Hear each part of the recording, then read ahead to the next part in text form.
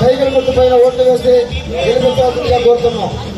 గత 5 సంవత్సరాల్లో 2014 నుంచి 2019 వరకు మన ఆంధ్రప్రదేశ్ ఏ విధంగా చంద్రబాబు నాయుడు గారి నాయకత్వంలో అభివృద్ధి పైన పయనించింది అందరూ కూడా చూసాం.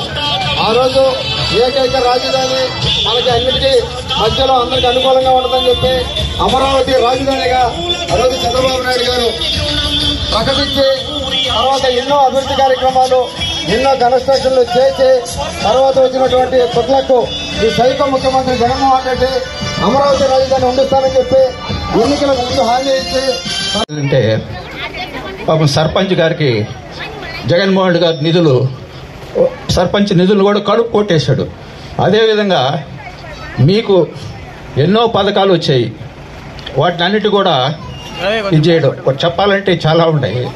పెట్టుంటే ఈ గ్రామాలు ఈ రోజు పట్టణాలుగా మారుండేటివి. మీరందరూ నీళ్లు లేక అల్లాడేవాళ్ళు కాదు. చనిపోతే పూడ్చి పెట్టుకోవడానికి శ్మశానాలు సరిగ్గా లేవు. అవన్నీ కలిపితే ఎంత అవుతాయి? ఒక వాటర్ ప్లాంట్ పెట్టియొచ్చు, ఒక వాటర్ హెడ్ ట్యాంక్ కట్టియొచ్చు, ఒక శ్మశానానికి గోడ కట్టించొచ్చు, శ్మశానాన్ని బాగు చేసి గ్రామస్తులకి ఇవ్వచ్చు.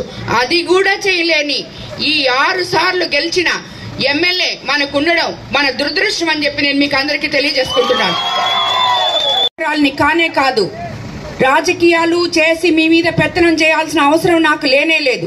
నేను మీలో ఒకదాన్నై మీ సమస్యలు కలుసుకొని మీలో మమేకమై మీకేం కావాలో తెలుసుకొని మీ సమస్యలు తీర్చడానికి వచ్చిన మీ సేవకురాలను నేను.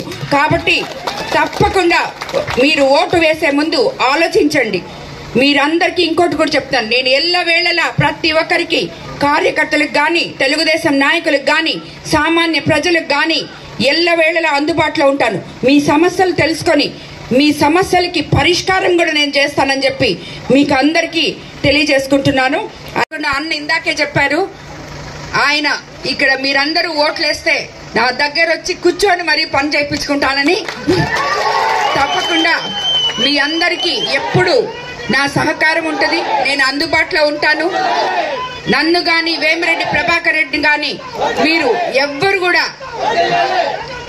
రాజకీయ నాయకులుగా కలలో కూడా ఊహించొద్దు. మేము మీ మనుషులం, మీ సేవ చేయడానికి వచ్చిన మనుషులం మేమిద్దరం. కాబట్టి ఎప్పుడు మా గురించి వీళ్ళు రాజకీయాలు చేయడానికి వచ్చారు, రాజకీయ నాయకులు అని చెప్పి అస్సలు అనుకోబాకండి. అందుకనే ప్రతి రాజకీయ నాయకుడు అంటుంటారు మాకు మాట్లాడడం తెలియదు నిజంగా. ఎందుకంటే మేము రాజకీయ నాయకుల్లాగా అబద్ధాలు చెప్పలేము, ఉన్న వాస్తవాలు మాట్లాడగలం, మీకేం కావాలో చేయగలం. అది వరకే మాకు తెలుసు. వెనకాల మాట్లాడడం, మీకు చెప్పి వెళ్ళిపోవడం, తిరిగి మీకు పనులు చేయకుండా పోవడం అనేది మాకు రాదు. మాట ఇచ్చామంటే అది చేసి తప్పకుండా చూపిస్తాం.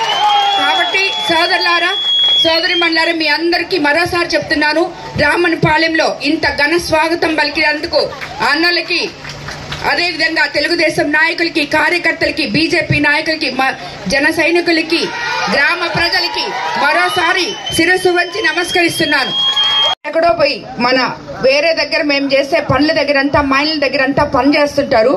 మేము స్వతహాగా ఒక 35,000 కుటుంబాలకి మేము ఆసరాగా ఉన్నాము. కానీ ఎన్నో వేల కుటుంబాలు ఇంకా ఉద్యోగాలు లేకుండా ఉన్నాయి. కాబట్టి ప్రభాకర్ రెడ్డి గారు, నేను ప్రత్యక్ష రాజకీయాల్లోకి వచ్చిన తర్వాత మీకందరికీ ఏదో మేనిఫెస్టోలు రిలీజ్ చేసి మేము అవి చేస్తాం ఈ చేస్తాం అని చెప్పం. కానీ ప్రతి యువకుడు యువతి చదువుకున్న వాళ్ళకి ఉద్యోగాలు రావాలని మన ఇఫ్కాన్ సెజ్ని తీసుకొని పారిశ్రామిక వాడగా తీర్చిదిద్ది ప్రతి ఒక్కరూ ఉద్యోగస్తులు అయ్యేటట్టు, వాళ్ళ ఊర్లలో వాళ్ళ ఇళ్లలో వాళ్ళు ఉండేటట్టు చేయడం అనేది మా ఇద్దరి కళ. కాబట్టి తప్పకుండా మీరు ఎంపీగా వేమిరెడ్డి ప్రభాకర్ రెడ్డి గారిని గెలిపించుకోవాలి.